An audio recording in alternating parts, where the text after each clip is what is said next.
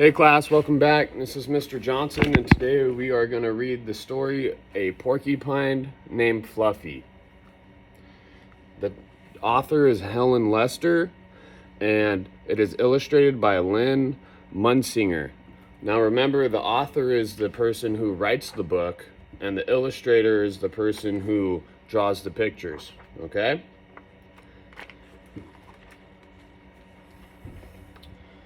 When Mr. and Mrs. Porcupine had their first child, they were delighted. Now he needed a name.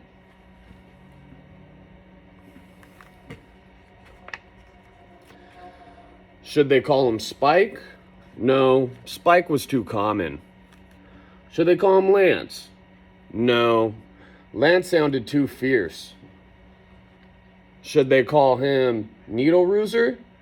No, Needle Rooser was way too long.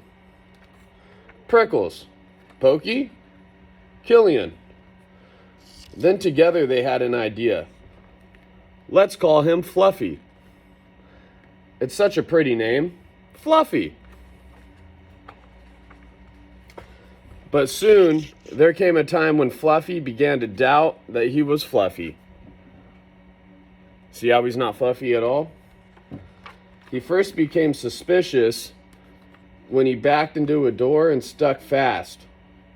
That was not a Fluffy thing to do. He was even more convinced when he accidentally slept on his back and poked holes in the mattress.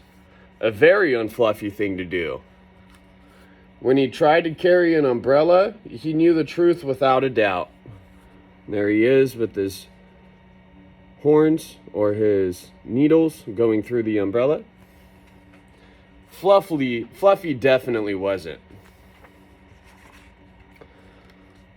So he decided to become fluffier. Clouds are fluffy, he thought. I'll be a cloud. But he couldn't stay up.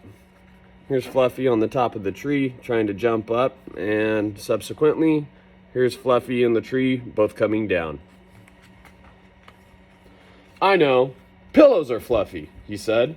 I'll be a pillow. But when his mother sat on him, she was not pleased. He tried soaking in a bubble bath for 45 minutes, but he did not become fluffy. He became soggy. He tried whipped cream. He put a little on each quill. It was not easy, and it took more than half a day. But this did not make Fluffy fluffy.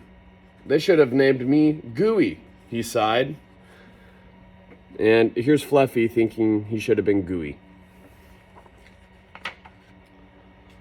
He ate a lot of fluffy marshmallows. He rolled in shaving cream and feathers. He even tried to become a bunny. But the truth remained. Fluffy wasn't.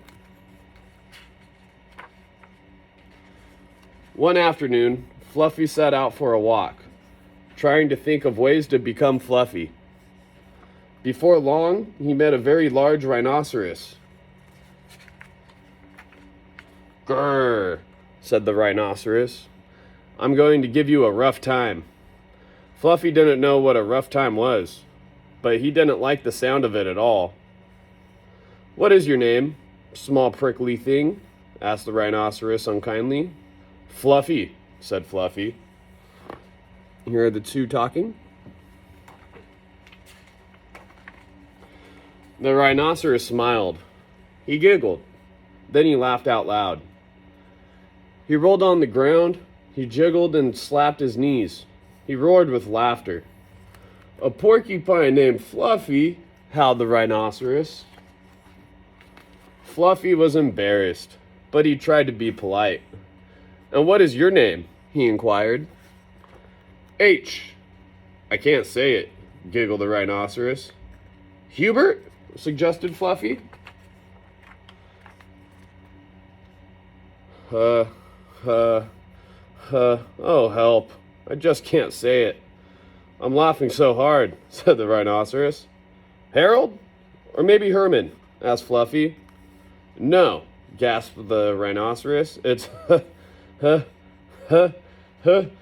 hippo. Hippo? A rhinoceros named Hippo? Fluffy smiled. He giggled. Then he laughed out loud. He jiggled and slapped his knees. He howled with laughter. A rhinoceros named Hippo? Fluffy cried. And here are the both of them laughing hysterically. A porcupine named Fluffy, a rhinoceros named Hippo. It was almost more than they could bear. Hippo and Fluffy rolled on the ground giggling and laughing until tears came to their eyes. At last, they lay exhausted on the ground. From that time on, they were the best of friends. And Fluffy didn't mind being Fluffy anymore, even though he wasn't. And here they are walking off into the sunset. Okay, so class, that was our story. A porcupine named Fluffy. Okay, hope you guys enjoyed it.